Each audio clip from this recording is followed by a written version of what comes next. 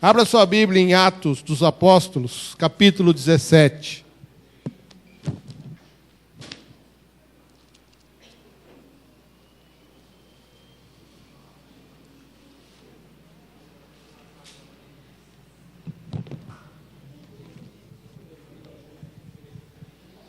Atos, capítulo 17.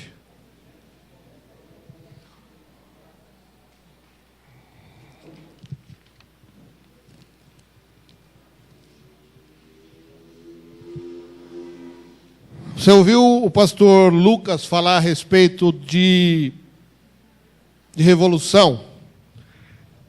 E uma revolução, em termos naturais, ela se faz sempre com alguém que luta. Evidentemente, não com armas humanas, mas com armas espirituais. Mas, de qualquer maneira, sempre tem que haver pessoas que lutam. E quando há pessoas que lutam, a gente se lembra sempre de exército, é inevitável que a gente se lembre disso. E para que uma tropa seja bem treinada, seja vitoriosa, ela precisa, em primeiro lugar, de instrução. Qualquer coisa que você vai fazer, você precisa de instrução. E eu quero dizer uma coisa para você, meu irmão. O que Deus começou a fazer neste lugar é algo muito grande. Mas muito grande. E eu quero dizer para você o seguinte: apesar de eu ser ainda um pouco tradicionalzinho ainda, apesar da minha idade, mas eu quero dizer para você que uma coisa que sempre me incomodou foi os cultos ser sempre igual. Sempre. A minha esposa me conhece há muito tempo, que eu falo que eu não me conformo com o nosso culto ser sempre igualzinho. A gente vem,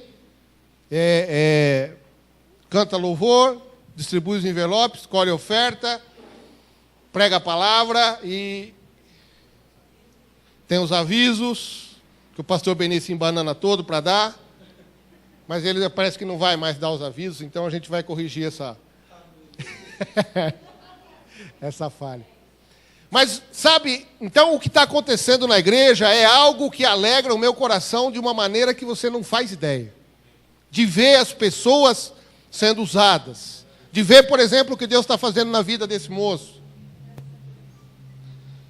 Eu disse para a Silvana, quem já ouviu a Silvana pregar? Eu disse para ela, você prega muito melhor que eu. Que também não é lá grande vantagem, né, pregar melhor que eu. Mas, em todo caso,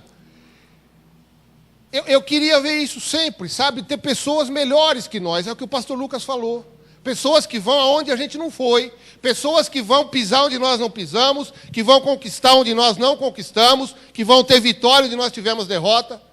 E não é nenhum demérito, não, que as pessoas sejam melhores que nós. Eu quero que seja mesmo.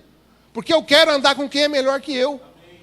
Eu quero aprender com quem é melhor que eu. E eu quero dizer para você o seguinte: esse momento nessa igreja, Casa do Oleiro, é um momento especial. Não é por causa de nós, não, viu? Por causa dos pastores, não é não.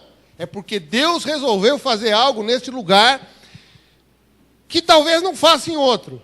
Não é porque nós somos melhores ou porque aqui vai ser melhor que em outro lugar. Não é isso, não. É que Deus escolheu este lugar para fazer o que está fazendo agora.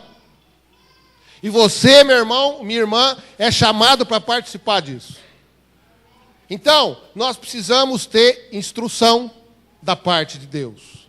Quando Deus começa a mover o que está movendo aqui no nosso meio, é para mudar a nossa vida.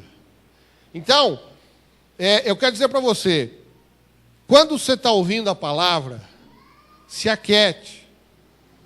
Quando você está ouvindo a palavra, por favor, não converse. Não é hora de conversar durante a palavra. Quando você está ouvindo a palavra, não é o homem que está falando, é Deus que está falando. Então, a gente precisa aproveitar todos os momentos do culto. O momento de louvor, o momento de adoração, o momento da palavra, o momento de comunhão.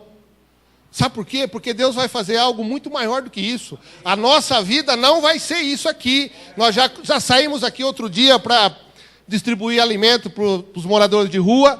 Quem foi, viu que bênção que é, mas viu que dureza que é também. É duro, não é fácil não. Nós somos, eu, Ian e a Juliana, né? Abordar um senhor lá. E eu perguntei há quanto tempo fazia que ele estava na rua. Ele falou, não, eu não estou na rua, não. Fedido que só. Mas fedido de um jeito que você não imagina. E ele estava ali na Mutinga, agora ele já está aqui na virada do Barrancão. Ele já mudou o acampamento dele para ali. E se você for perguntar, ele vai dizer que não está na rua. Então, meu querido, sabe o que está acontecendo? Deus está abalando as nossas estruturas. Deus está nos tirando de dentro daqui para ir para fora. Deus está nos tirando do comodismo para começar a fazer de verdade a obra dele. E quem tiver disposto a fazer, eu quero dizer para você que vai ser grandemente abençoado. Então eu quero, de verdade, sabe, meu irmão, que daqui a 1 ano, 2, o Ian esteja pregando muito melhor que eu. Eu quero mesmo. E, sabe, para mim não é nem um problema, não. Eu quero mesmo, eu quero que o Rick... Há quanto tempo Deus está tocando na vida desse moço? Chegou a hora, meu irmão.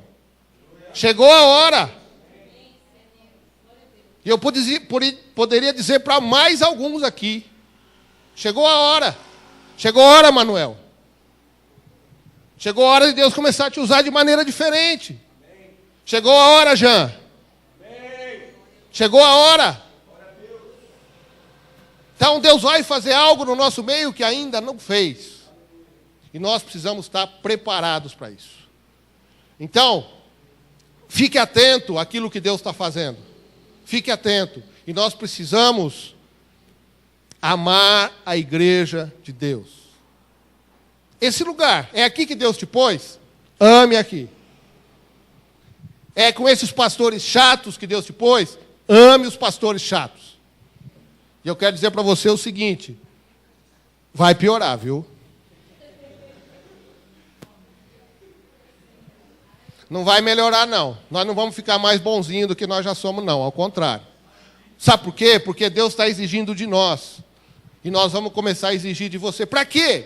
Para colocar fardo na sua vida? Não, é para que você cresça. Para que Deus comece a usar a sua vida. Para que Deus comece a formar o teu ministério.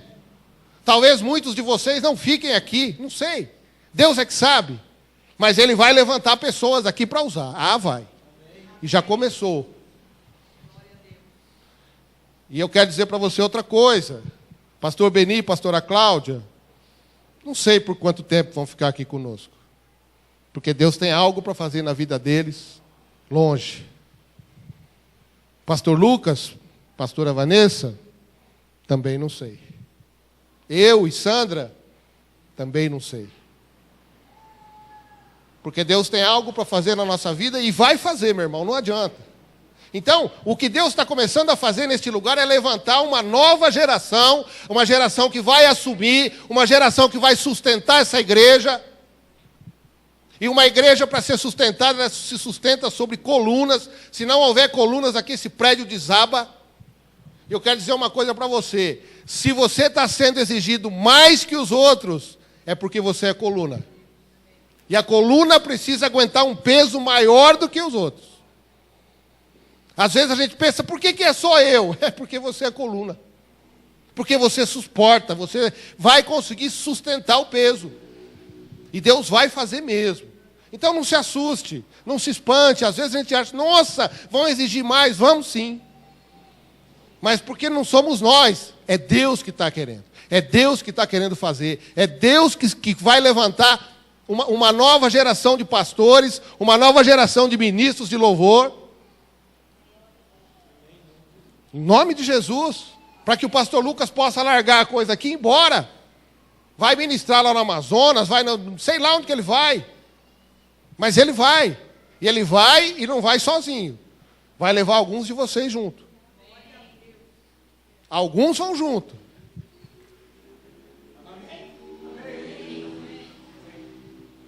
Se prepara.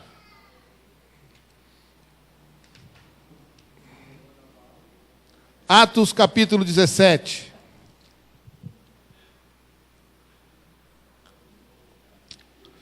Tendo passado por Anfípolis e Apolônia, chegaram a Tessalônica, onde havia uma sinagoga de judeus. Paulo, segundo o seu costume, foi procurá-los e por 3 sábados arrazoou com eles acerca das Escrituras, expondo e demonstrando ter sido necessário que o Cristo padecesse, ressuscitasse e ressurgisse dentre os mortos. E este dizia a ele: é o Cristo Jesus que eu vos anuncio. Alguns deles foram persuadidos e unidos a Paulo e Silas, bem como numerosa multidão de gregos piedosos e muitas distintas mulheres. Os judeus, porém, movidos de inveja, trazendo consigo alguns homens maus dentre a malandragem, ajuntando a multidão, alvoroçaram a cidade e, assaltando a casa de Jason, procuravam trazê-los para o meio do povo. Porém, não os encontrando, arrastaram Jason e alguns irmãos perante as autoridades, clamando: estes que têm transtornado o mundo chegaram também aqui, os quais Jason hospedou. Todos estes procedem contra os decretos de César, afirmando ser Jesus outro rei. Tanto a multidão como as autoridades ficaram agitadas ao ouvirem estas palavras. Contudo, soltaram Jason e os mais, após terem recebido deles a fiança estipulada. Amém? Esses homens, Paulo e Silas, eram companheiros de ministério. Silas acompanhou por muito tempo Paulo. Paulo teve vários companheiros de ministério. Teve Silas, teve Lucas, teve Marcos. Marcos, um tempo, ele andou meio brigado com Paulo, porque eles não entraram num acordo. Paulo falou: então, já que é assim, manda ele embora. Mas no final da Bíblia, no final da vida ministerial de Paulo, ele manda chamar Marcos, porque ele diz: Marcos me é muito útil no meu ministério. Quero dizer para você o seguinte, meu irmão: não ande sozinho. Tem um texto na Bíblia que as pessoas deturpam, que diz assim: maldito é o homem que confia no homem. E as pessoas acham que você não pode confiar em ninguém. Não é isso que a palavra está dizendo. Ela está dizendo: maldito é o homem que confia em si mesmo e faz da sua carne o seu braço. Aquele que confia na sua própria força, aquele que confia naquilo que ele sabe, naquilo que ele aprendeu, na sua cultura ou na sua esperteza. Mas a palavra está dizendo: maldito é o homem que confia em si mesmo. Por que nós temos que aprender isso? Nós temos que aprender dependência de Deus em todas as áreas da nossa vida. Então, meu querido, aprenda uma coisa: você precisa ter amigos durante a sua vida. Você precisa construir relacionamentos. Você precisa construir, amizades, pontes entre as pessoas. Porque a Bíblia diz que quando um está fraco, o outro levanta. Um cordão de 3 dobras é muito mais difícil de se romper. Aprenda isso. Tenha amigos, tenha pessoas em quem você confie. Tenha pessoas com as quais você possa abrir o teu coração. Tenha pessoas nas quais você possa confiar uma dificuldade sua. Olha, não estou conseguindo, meu irmão, me ajuda aí. Vamos orar. O que está acontecendo? É isso. Ser transparente, não esconder as coisas. Está tudo bem? Não está bem, não. Está tudo bem? Não está, cara. Estou passando por isso. Esses homens já tinham aprendido a não andar sozinhos. Paulo e Silas. Lucas, Ian, Lucas e Kevin. Quem é o seu homem de confiança? Quem é a sua mulher de confiança dentro da igreja? Às vezes a gente passa um tempão dentro da igreja e não conhece as pessoas. Sabe só o nome. Não sabe onde mora. Nunca foi na casa. Não tem nenhum tipo de intimidade fora. Nenhum tipo de ajuda. Não é isso não. Se nós estamos plantados aqui, é porque nós precisamos aprender a ser corpo. você está inserido dentro de um corpo. E todos os membros do corpo são necessários. Então, se Deus te plantou aqui, enquanto Deus estiver aqui, meu irmão, conselho para você, tenha amigos. Tenha pessoas nas quais você possa confiar. Às vezes as pessoas nos decepcionam. Mas não importa. Você vai achar uma que não vai te decepcionar. Você vai achar uma que vai ser sua amiga, seu amigo. Você vai achar uma pessoa assim como Paulo e Silas, que comungavam das mesmas coisas. Os mesmos objetivos. Então esses homens no ministério deles, eles passaram por muitas coisas juntos. Volta aí no capítulo 16. Acho que vou ter que desligar esse trem um pouquinho. Alguém se importa? Por favor. Eu não consigo ler, não tem jeito. Tem que fazer sacrifício de vez em quando. É assim que funciona.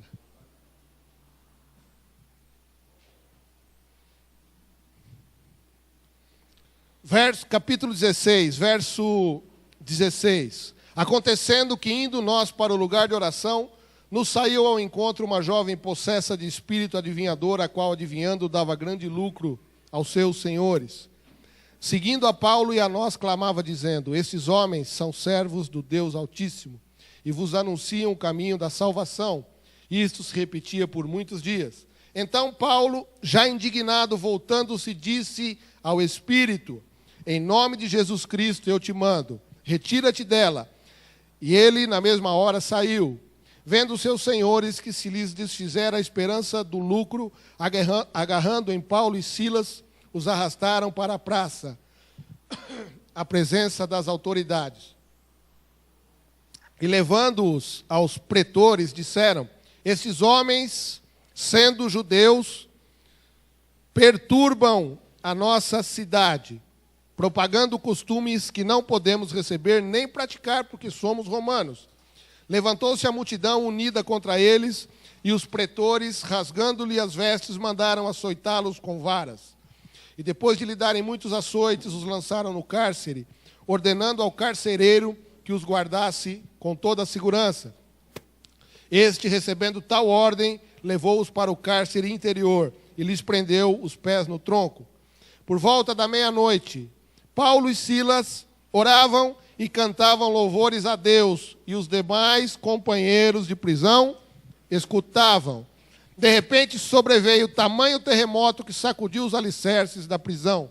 Abriram-se todas as portas e soltaram-se as cadeias de todos. O carcereiro despertou do sono e, vendo abertas as portas do cárcere, puxando da espada, ia suicidar-se, supondo que os presos tivessem fugido. Mas Paulo bradou em alta voz: não te faças nenhum mal, que todos aqui estamos. Então o carcereiro, tendo pedido uma luz, entrou precipitadamente e, trêmulo, prostrou-se diante de Paulo e Silas. Depois, trazendo-os para fora, disse: senhores, que devo fazer para que seja salvo? Responderam-lhe: crê no Senhor Jesus e serás salvo, tu e a tua casa. E lhes pregaram a palavra de Deus e a todos de sua casa. Naquela mesma hora da noite, cuidando deles, lavou-lhes os vergões dos açoites. A seguir ele foi batizado e todos os seus. Então, levando-os para a sua própria casa, lhes pôs à mesa. E com todos os seus manifestava grande alegria por terem crido em Deus. Amém? Esses homens, quando chegaram nesse lugar chamado Tessalônica, começaram a pregar o evangelho e, por causa da autoridade de Paulo, que repreendeu um espírito adivinhador, eles foram presos, jogados na cadeia. Mas no capítulo 16, quando eu li ali, está dizendo que eles perturbaram a cidade. No capítulo 17 está dizendo que aqueles homens alvoroçaram o mundo. Diz assim: esses que alvoroçaram o mundo, que transtornaram o mundo, chegaram também aqui. Sabe, meu irmão, quero dizer para você uma coisa. Quando o diabo conseguiu vitória Ele jogou o nosso mundo de cabeça para baixo. E a palavra de Deus vem e nos leva a colocar o nosso mundo de cabeça para cima. Tudo aquilo que está fora do lugar, Deus começa a colocar no lugar. E muitas vezes as estruturas sobre as quais nós construímos a nossa vida, elas são jogadas no chão para que Deus possa começar a fazer uma obra nova, uma construção nova, levantar um edifício novo. E quem trabalha, quem já trabalhou com construção, sabe o quanto é duro construir. E muitas vezes, para construir, precisa jogar o que está no chão. O que está construído, joga no chão. E você começa a... Quem já mexeu sabe mexer com entulho, que coisa boa que é. Você derruba uma parede e você acha que vai dar 10 sacos de entulho, dá 50. E você não tem onde jogar aquele trem. Aí você tem que alugar uma caçamba. Porque você não pode dar para o menino que passa na rua, porque ele vai pegar e jogar na calçada ali. Então você não deve fazer isso. Os carroceiros vão pegar e jogar do outro lado. Então pegue e contrata uma caçamba. Se for o Moacir, então glória a Deus. Quem conhece o Moacir? O Moacir está abençoado em nome de Jesus. Mas sabe, meu irmão, aí Deus começa a construir algo novo, fazer uma estrutura nova, colocar o nosso mundo de cabeça para cima. Então a palavra diz que esses homens transtornaram o mundo. Eles não tinham laptop.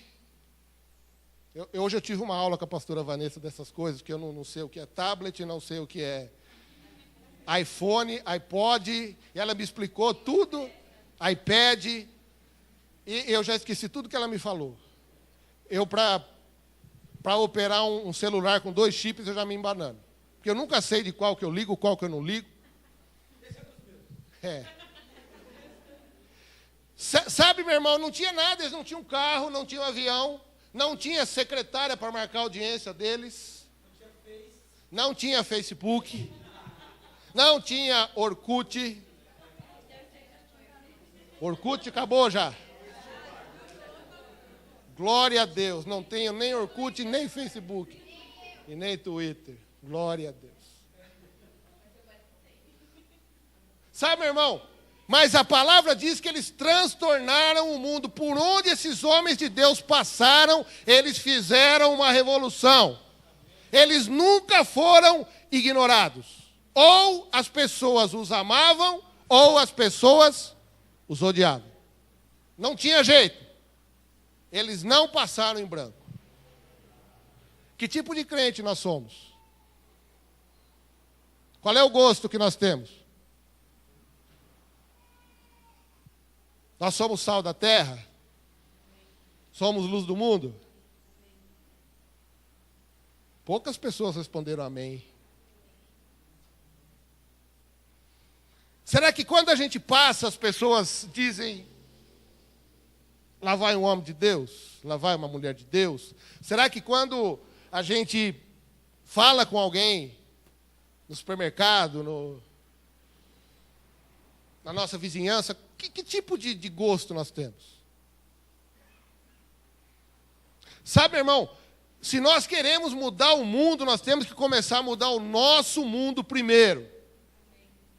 É mudar dentro de nós. É mudar as nossas atitudes, mudar os nossos conceitos, é mudar as nossas prioridades. Então, esses homens tinham entendido. Paulo disse que tudo aquilo que ele sabia, ele considerava como lixo, como esterco, por causa do conhecimento de Deus. De Silas, pouco se fala, mas era um homem que andava com Paulo. Então, Paulo já fez um discípulo, Silas. Paulo fez outro discípulo, Lucas. Então, que discípulos nós temos feito? Será que a gente pode dizer para alguém assim, seja como eu, faça exatamente do jeito que eu faço? Será que dá para falar? Eu ainda não cheguei nesse ponto, não. Outro dia eu estava conversando com o pastor Beni aqui, e ele falou, nós estávamos conversando a respeito de quem a gente era, até onde a gente foi, o que a gente já fez, e eu falei para ele, eu preciso ainda mudar muita coisa em relação à minha esposa. Aí ele falou assim, pastor, senta com ela e fala assim, ó, bem, a partir de hoje é assim, assim, assim. E eu falei para ele, e eu já sei até o que ela vai dizer. Não adianta só falar, tem que fazer. Porque você vem com essa conversinha, faz 12 anos. Não é? Mas eu ainda não desisti de mudar, meu irmão. Não desisti. E eu ainda vou conseguir tratar a minha esposa da maneira que ela merece ser tratada. Por favor. Glória a Deus. Preciso mesmo, Kelly. Eu preciso mudar muita coisa, meu irmão. Porque às vezes as pessoas nos olham assim, né? Aqui na igreja, falam, nossa, que bênção. Eu tive pouquíssimos atritos com as pessoas aqui na igreja, pouquíssimos. Mas com a minha esposa já tive muitos. Tá certo esse negócio? Não. Quem pode dizer quem sou eu? É a minha esposa. Sabe? Quem pode dizer quem sou eu? São os meus vizinhos. Será que os meus vizinhos sabem que eu sou crente? Será que meus vizinhos podem chegar para mim e dizer, ora por mim que você é um homem de Deus, que você é diferente? Então, esses homens, meu irmão, eles conseguiram transtornar o mundo. Tá certo que o mundo daquele tempo era um mundo conhecido, era daquela região ali, da Europa, do Oriente Médio, a Arábia, aqueles lados lá. Mas eles foram em todos esses lugares. Em todos esses lugares, eles deixaram uma mensagem que mudou a vida de muitas pessoas. Então, como é que eles conseguiram fazer isso? Transtornar o mundo. Como é que eles conseguiram mudar o mundo? Porque o mundo deles já estava mudado antes. Sabe, parece muito fácil a gente olhar e às vezes o relato bíblico, ele não vai muito fundo. Mas você imagine o que querem esses homens pregar o evangelho sabendo que iam ser rejeitados, sabendo que podiam ser presos, sabendo que podiam ser mortos, mas mesmo assim, aqui no verso 2 diz assim, Paulo, segundo o seu costume, ele era um homem acostumado a fazer isso. Estando presos, Paulo e Silas, eles podiam muito bem dizer assim, puxa vida, eu estou fazendo a obra de Deus, eu estou me esforçando, me sacrificando e estou aqui preso. Mas no tempo que eles estavam presos, sabe, meu irmão, o que eles fizeram? Eles começaram a orar e adorar. Salmo 121 diz assim, elevo meus olhos para os montes, de onde me virá o socorro? O meu socorro vem da onde? Vem do Senhor. Eles sabiam aonde era o endereço da bênção. Então a palavra diz que eles estavam orando e cantando louvores a Deus. Quem já ministrou, e eu confesso para você que eu não gosto muito da palavra louvor. Eu prefiro adoração. Porque o louvor é mais ou menos fazer. E a adoração é ser. Então, quem já ministrou, e o pessoal que ministra a adoração aqui, sabe o quanto é difícil levar alguém a adorar. Não é, pastor Lucas? Às vezes quem está ministrando precisa, sabe, praticamente se rasgar diante de Deus, para que as pessoas entendam e venham junto, porque sabe o que a adoração pode fazer na vida de alguém. Então, quando você vier para a casa do Senhor, é tempo de adorar, faça como a Gisela. Não esquenta a cabeça com os outros, não. Vão pensar, vão falar, vão dizer. Problema de quem achar isso. A Sandra, eu não vi ninguém fazer isso aqui, mas a Sandra, às vezes, ela deita no chão. Ela fica deitada o tempo todo da adoração. Não está se importando se vai sujar a roupa, se vai... Não importa. Por quê? Porque ela sabe o que a adoração pode fazer. Sabe, em Mateus 4 diz que o diabo ofereceu todos os reinos do mundo e a glória deles para Jesus, se Jesus simplesmente o adorasse. E Jesus respondeu para ele, somente ao teu Deus adorarás, e a ele prestará culto. Então preste atenção nisso. Se o diabo pôde oferecer para Jesus todos os reinos do mundo por causa da adoração, imagine o que Deus pode dar para você quando você adorar. Ele ofereceu a glória e os reinos do mundo, mas Deus quer dar algo muito maior para nós, que é a glória do Espírito na nossa vida, para mudar, para transformar a nossa vida, transformar a nossa casa, transformar o nosso mundo, converter os nossos familiares, converter o nosso vizinho. Então, meu irmão, quando você estiver na casa do Senhor, adore a Deus. Não importa, não se importe com o outro. Não, às vezes a gente vem para o culto preocupado com a hora, preocupado com o tempo demora. Não se preocupa com isso não, se preocupe em adorar a Deus.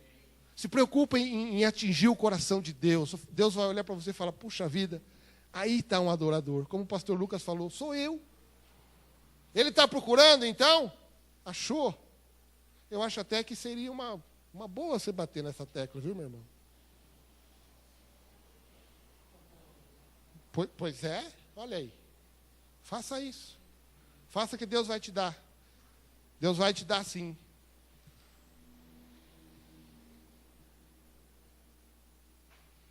Então, o diabo vai fazer sempre com que haja resistência à adoração, porque ele sabe que quando nós adoramos, o Senhor libera bênção sobre as nossas vidas. Abre a sua Bíblia aí, segundo Crônicas, segundo livro das Crônicas, 20.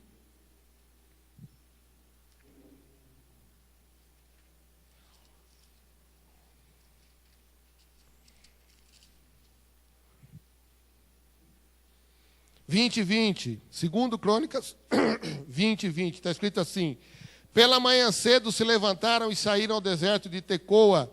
Ao saírem ele, pôs-se Josafá em pé e disse: ouvi-me, ó Judá, e vós, moradores de Jerusalém, crede no Senhor vosso Deus e estareis seguros. Credes nos seus profetas e prosperarei.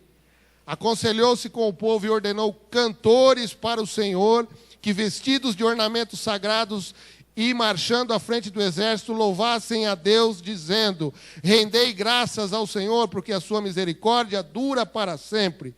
Tendo eles começado a cantar e a dar louvores, pôs o Senhor emboscadas contra os filhos de Amon e de Moabe e os do monte Seir, que vieram contra Judá, e foram desbaratados, porque os filhos de Amon e de Moabe se levantaram contra os moradores do monte Seir, para os destruir e exterminar. E tendo eles dado cabo dos moradores de Seir, ajudaram uns aos outros a destruir-se. Tendo Judá chegado ao alto que olha para o deserto, procurou ver a multidão, e eis que eram corpos mortos que jaziam em terra, sem nenhum sobrevivente. Vieram Josafá e o seu povo para saquear os despojos, e acharam entre os cadáveres riqueza em abundância, e objetos preciosos tomaram para si mais do que podiam levar. E 3 dias saquearam o despojo, porque era muito. Ao 4º dia se ajuntaram no vale da bênção, onde louvaram o Senhor. Por isso chamaram aquele lugar Vale de Bênção até o dia de hoje. O povo estava cercado, o povo de Judá cercado pelo exército inimigo. O que o Senhor mandou eles fazer? Pega a espada? Pega cavalo? Não, você vai pegar cantores, você vai pegar adoradores que vão adorar. E enquanto vocês estão adorando, eu vou liberar a bênção. E a palavra diz que durante 3 dias, eles foram pegar todos os despojos daquele exército inimigo que morreu. 3 dias e não conseguiram pegar tudo porque era muita coisa. E quero dizer uma coisa para você, meu irmão, e para mim também. Quanto mais eu adoro, mais bênção tem na minha vida.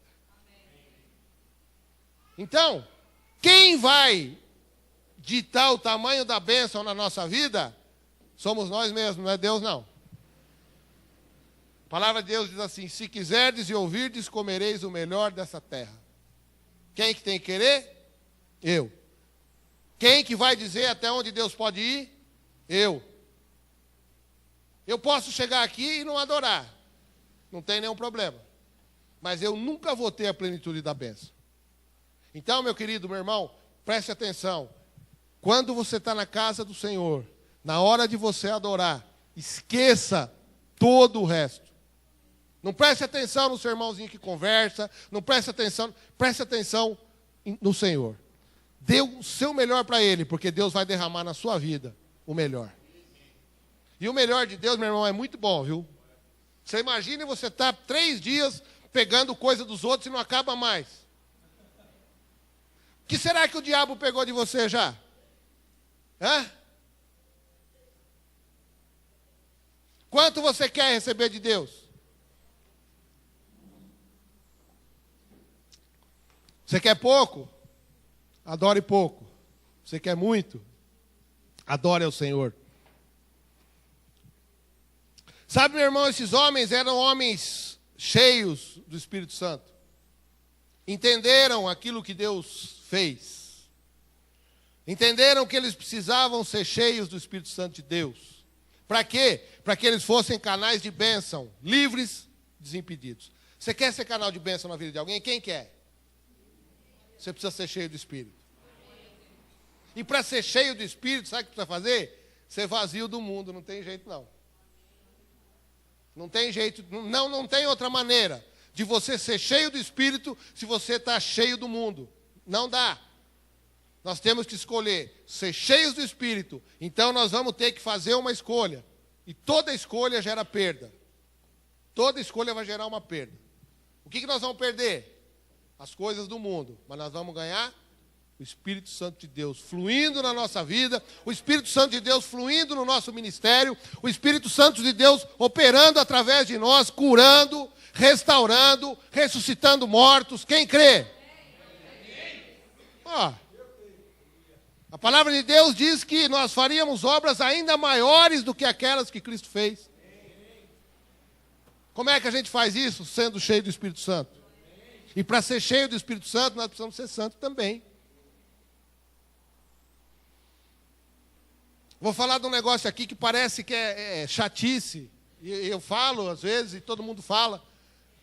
Mas a gente sai de um culto aqui, um culto abençoado, dessa maneira. E quando a gente chega em casa, a primeira coisa que a gente faz é o quê? Liga a televisão. Pá! Pânico na TV. Veja só. Deixa eu falar um negócio para você. Quem conhece o Salmo 1? Salmo 1 diz o quê?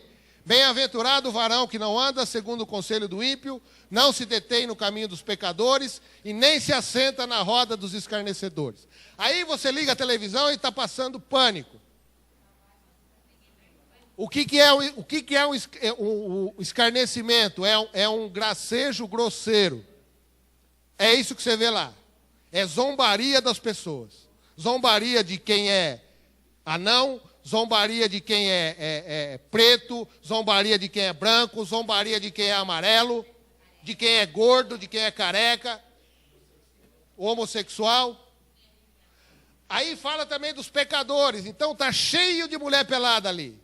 Mas claro que a gente não peca, né? A gente vê porque sem nenhuma intenção de... Não nos afeta de maneira nenhuma. É só um cenário, afinal de contas. Nós precisamos largar de ser sem vergonha, meu irmão.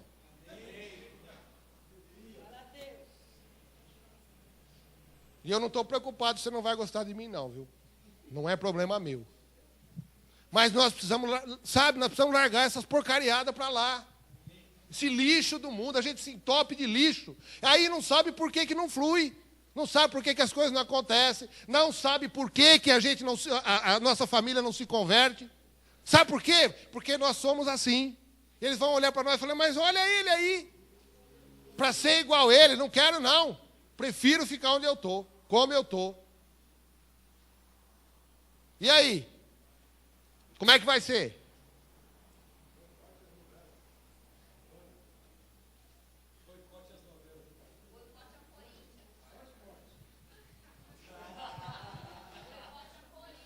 Esse é outro. Além de tudo, o cara é corintiano. Meu Deus. É muita misericórdia, misericórdia, misericórdia, misericórdia, em cima de misericórdia. A gente faz de tudo pelo nosso time, de tudo. Ou não?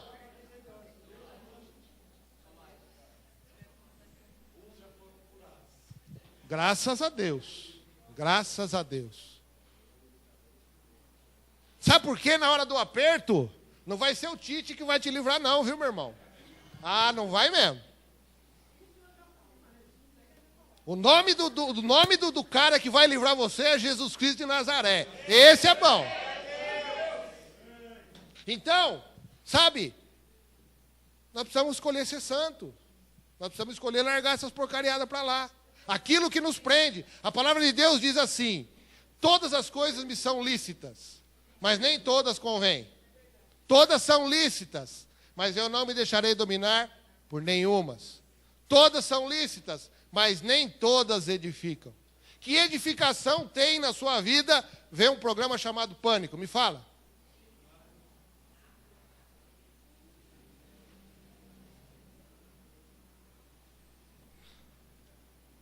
Você quer mudar o mundo, meu irmão? Você precisa começar a ser cheio do Espírito Santo. E eu também. Paulo e Silas tinham entendido que a luta deles não era contra a carne nem contra o sangue. Mas a luta deles era contra principados, potestades, era contra o diabo e os seus subalternos, os demônios. Eles já tinham entendido isso. Então não adianta eu querer enfiar na cabeça de alguém o evangelho, por exemplo. Não funciona dessa maneira. A palavra de Deus diz que quem convence o homem do pecado, da justiça e do juízo, quem é? Espírito Santo, que vai fluir através de alguém que é santo. Não sou eu, não adianta.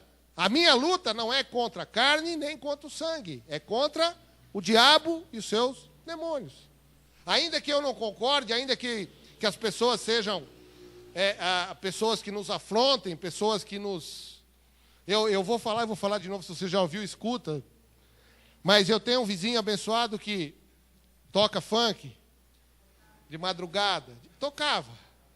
Funk, samba. E é aquele samba, aquelas coisas chatas, nojentas. Se fosse samba, eu até escutava.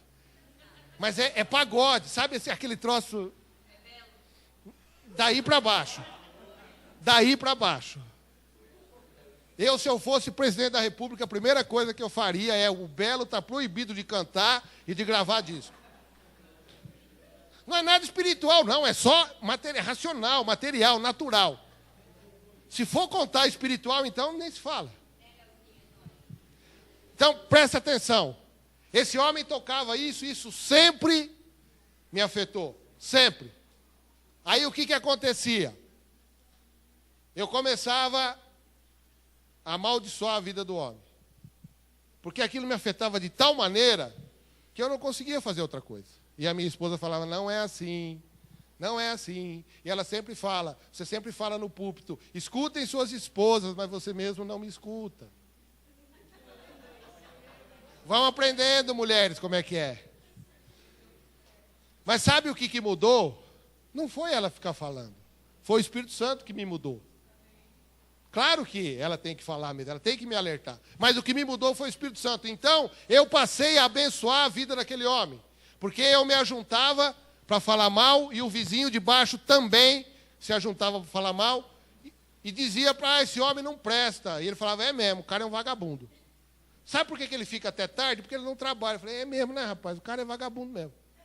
E o que acontecia? Foi ficando cada vez pior.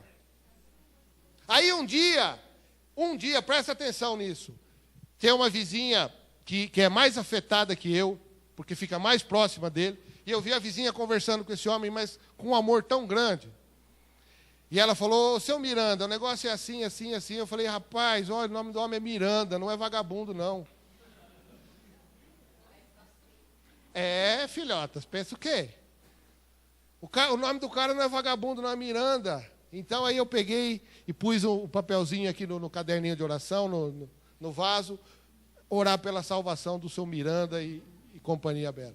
Porque depois que terminava, ele juntava aquela montoeira de gente, terminava a festa, começava a briga.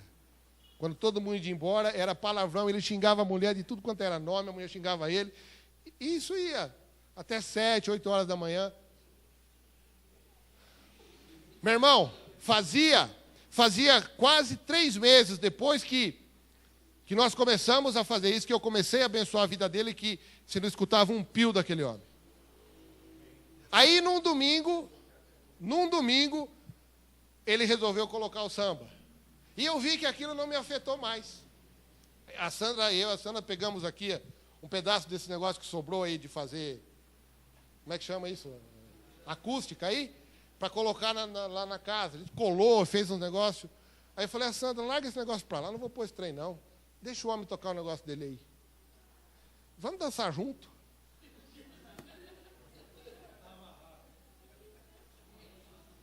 Sabe o que acontece, meu irmão? O que foi que mudou? Foi a minha atitude. Não adianta. A minha atitude mudou a vida dele.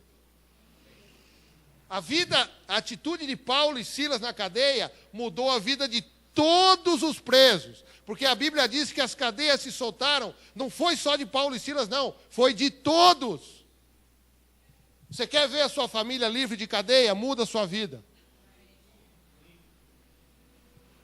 Quantos de nós tem familiares presos ainda? Eu sou um deles. E a minha família é uma das que está mais presas. Mas não adianta. Não adianta. Eu vou ter que mudar. Eu vou ter que ser bênção. Eu vou ter que abençoar. E aí esse homem colocou o samba lá e foi. E a gente saiu. Quando nós voltamos, ele estava ainda tocando o samba. Já era 10h30 da noite. E foi até meia-noite. Mas não me afetou mais não. E aí, conforme a gente vai orando, ele vai deixando cada vez mais baixo, cada vez mais baixo. O que foi que mudou? A minha atitude. Você quer mudar as pessoas? Muda você primeiro. Não adianta exigir do outro enquanto você não muda. Não adianta querer mudar o mundo enquanto você não muda o seu vizinho. Não adianta querer mudar o mundo enquanto você não muda na escola, você não muda na sua casa. Tem que começar das coisas pequenas para você chegar nas grandes, não adianta. Então esses homens entenderam que a luta deles não era contra as pessoas, mas era contra o diabo. E eles sabiam também que quando eles se levantassem para fazer qualquer coisa para Deus, haveria oposição. Você precisa se acostumar com isso, a ter oposição. Sabe por quê? Se você tem oposição, é sinal de que você está no caminho certo. Se não há oposição do diabo contra a sua vida, é sinal que você está agradando ele. Então, muitas vezes, quando a gente se levanta para fazer uma obra, viu, Ian, esteja preparado.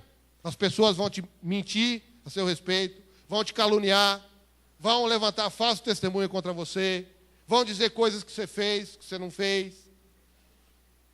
Então, quando acontecer, conselho para você, não se justifique. Deixa Deus te justificar. Não vai tomar satisfação não com quem está falando mal de você. Larga, ora, deixa na mão de Deus, que Deus vai fazer. Você vê, por exemplo, Paulo e Silas podiam estar blasfemando contra os carcereiros, podiam estar falando 1001, mas a Bíblia diz que eles estavam orando e cantando louvores a Deus. E não é porque eles queriam ser libertos, não. É porque no coração deles brotava gratidão por aquilo que Deus era, por aquilo que Deus já tinha feito. E eu quero dizer para você uma coisa: se fizeram com Jesus, vão fazer com você também. Não tem jeito. Eu tinha muita dificuldade com isso. Eu sempre dizia, você pode fazer tudo o que você quiser, mas não invente coisa que eu não falei. Aí o Espírito Santo um dia disse para mim, mas com Jesus fizeram a mesma coisa. O que você tem tão especial assim, que as pessoas não podem fazer com você? Vão fazer sim. Vão dizer que você é mentiroso, que você é caloteiro, que você não presta.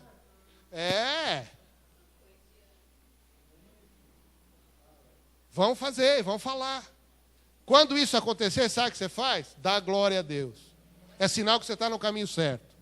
Então, aconteceu, não se justifique, coloque na mão de Deus. Senhor, eu não sei como lidar com essa situação. Esse homem está falando isso, mas está na sua mão. Não vá tirar satisfação. Você vai dar atestado de carnal. O espiritual, coloca nas mãos de Deus e deixa o barco correr.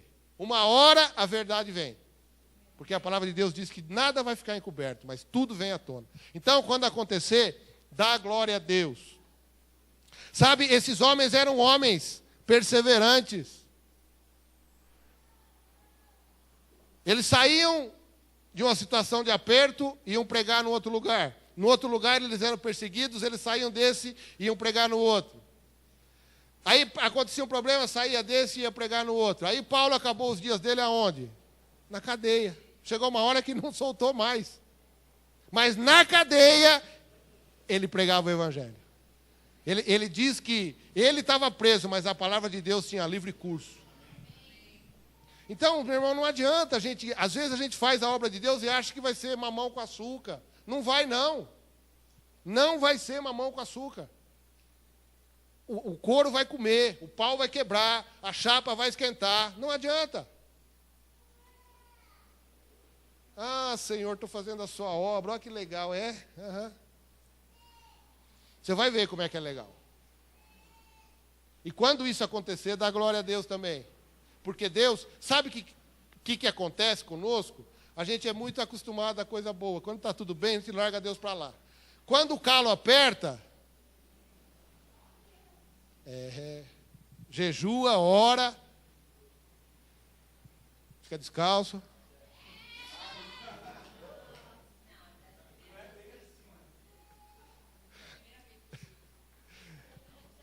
Barba cresce, cabelo. Não toma banho não, pelo amor de Deus, não faz isso.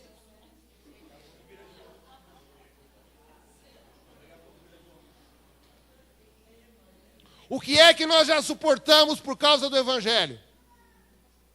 O que é que nós já suportamos por causa do Evangelho?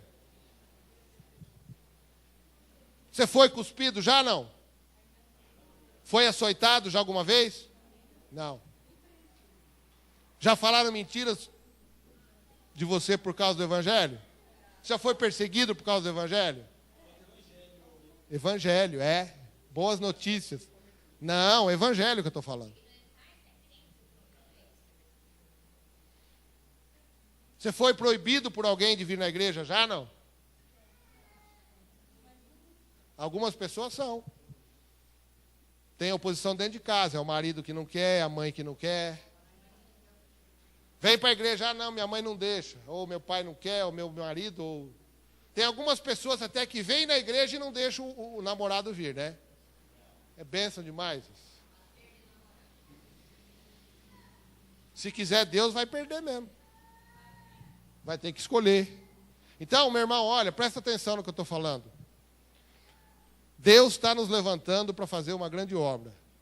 Grande, muito grande. Eu não sei que tamanho é, mas é grande mesmo.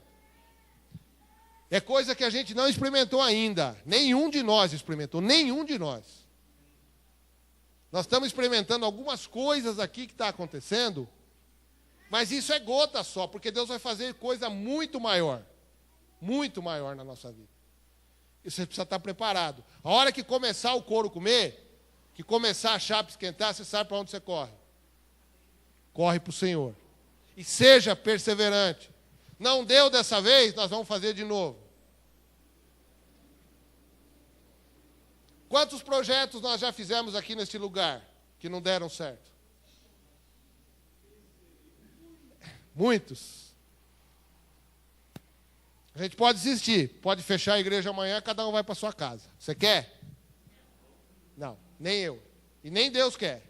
O que Deus quer é homens e mulheres que perseveram. Não deu dessa vez, vamos tentar de novo. Não deu hoje, amanhã vai dar. Não deu com esse, Deus vai levantar outro. Mas quando Deus te levantar para fazer algo, faça. Faça. Ainda que te custe muita coisa, mas faça. Deus te levantou para fazer algo, faz. Vai até o fim. Persevera. Não desiste. Não para. Não murmura. Faz aquilo que Deus te chamou para fazer. Quem aqui sabe o que Deus chamou ele para fazer? Já é um primeiro passo. Você tem que saber o que Deus te chamou para fazer. Tem algumas pessoas que são chamadas para pastores, outras são chamadas para apóstolos, outras outras são chamadas para sustentar a obra, outras são chamadas para ir, outras são chamadas para orar, outras, não importa. Outros para pregar o evangelho. Algumas pessoas vão ficar na frente, outras vão passar a vida inteira e ninguém vai notar ela, mas Deus sabe quem é ela. Porque, ó, eu vou dizer uma coisa para você, nada na igreja funciona sem oração, nada. Nenhum ministério anda na igreja se não tiver oração.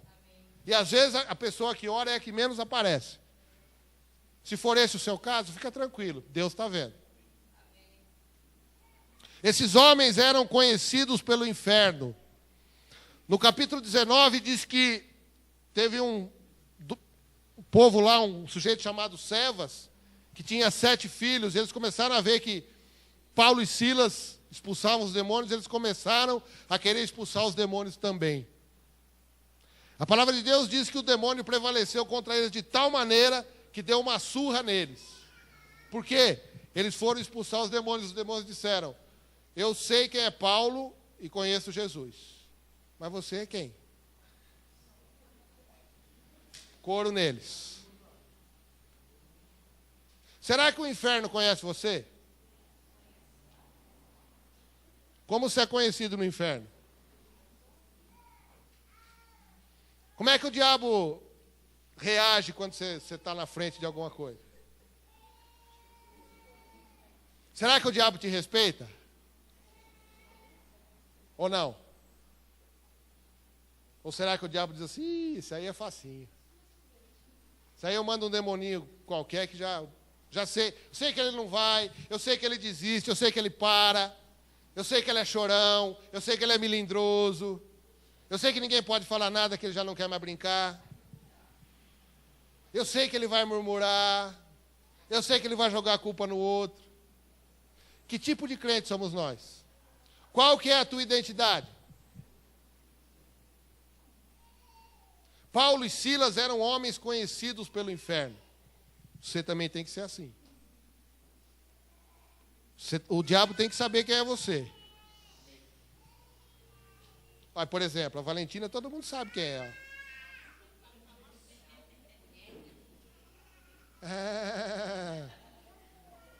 Esse menino não tem pai, não? Como é que é o negócio?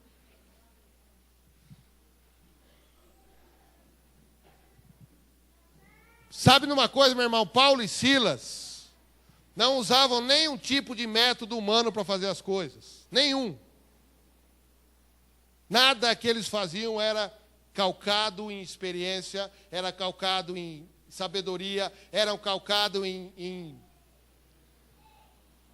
eu sou, eu faço. Não. Tudo aquilo que eles faziam na dependência do Espírito Santo de Deus. Você quer ver as coisas dar certo na sua vida? Use os métodos do céu. Qual que é o método do céu? Orar, adorar, ler Bíblia, jejuar. Você pode olhar aqui, ó. No culto de sábado. Quantas pessoas trazem Bíblia? Hã? Quantos? Se não lê Bíblia aqui, duvido muito que leia em casa. Duvido. Posso estar errado, mas eu duvido.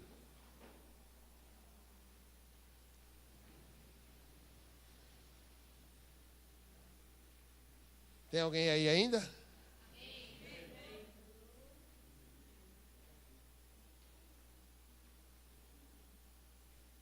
Nós vamos escolher, meu irmão, o que Deus vai fazer na nossa vida vai depender só de nós. Nós estamos dispostos a pagar um preço. Nós estamos dispostos a fazer aquilo que Deus quer. Aquilo, sabe? Por que Deus quer que a gente faça? Porque Ele quer o nosso bem. Por que Deus quer que a gente faça aquilo que Ele mandou fazer? Porque Ele sabe que o fim vai ser bom.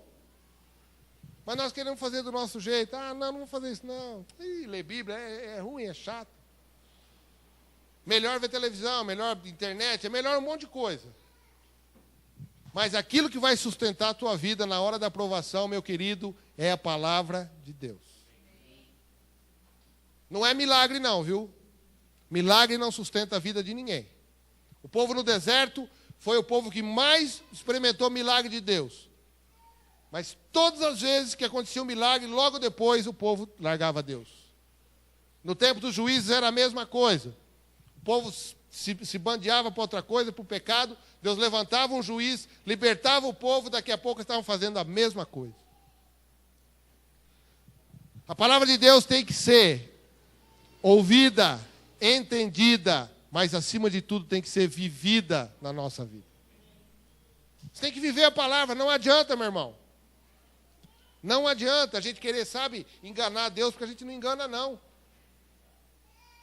Agora, se a gente não lê a Bíblia, como é que faz? O que você vai conhecer da tua herança? Como é que você vai saber quem é você? Como é que você vai saber quem é o diabo? Como é que você vai saber como proceder se você não lê a Bíblia? Não tem jeito. Não tem jeito. Deixa eu te dar um conselho. Leia a Bíblia.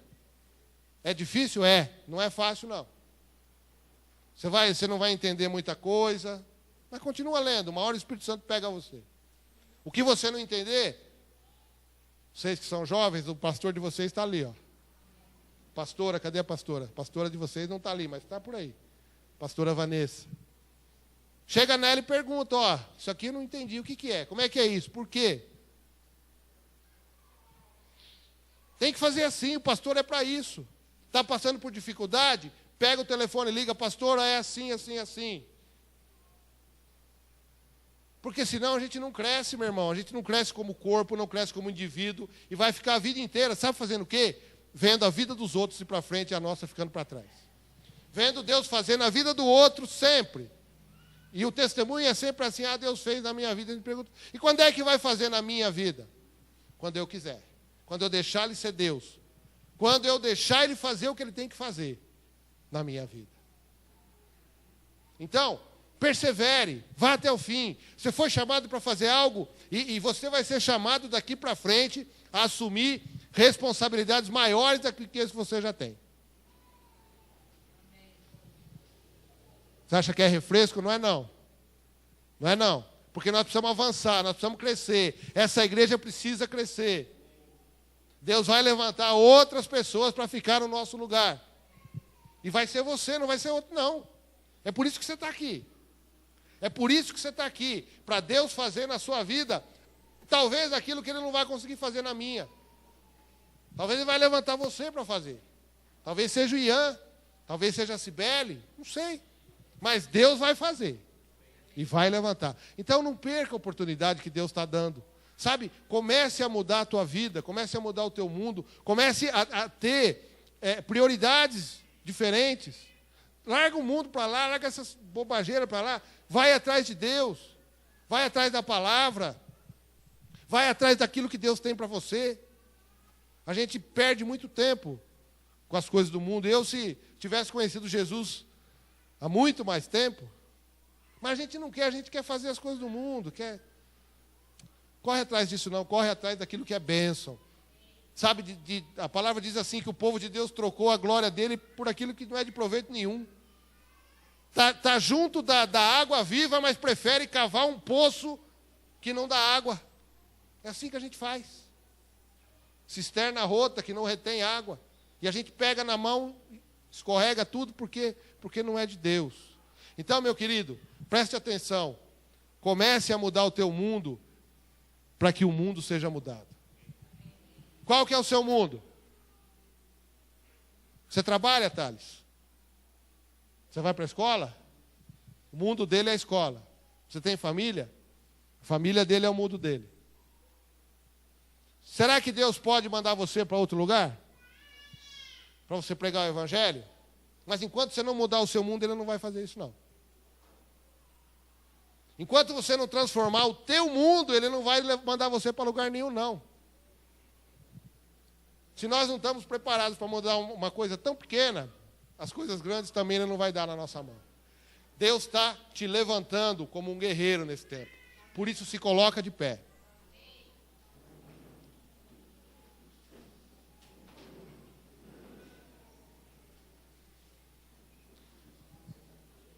Vou fazer uma pergunta para você para encerrar o culto. Eu não vou orar, você não precisa vir aqui na frente. Vou fazer só uma pergunta para você. Presta atenção. Você está em paz com o mundo? Não precisa responder, não. Só pensa nisso. Você está em paz com o mundo? A Bíblia diz que a amizade do mundo é inimizade contra Deus. Se você é amigo do mundo, você é inimigo de Deus. Não precisa responder para mim, não. Responda para você e para o Senhor. Se você chegar à conclusão que você é amigo do mundo, você precisa mudar muita coisa. Se você não for amigo do mundo, glória a Deus. Deus vai fazer na sua vida. Amém? Pastor Lucas.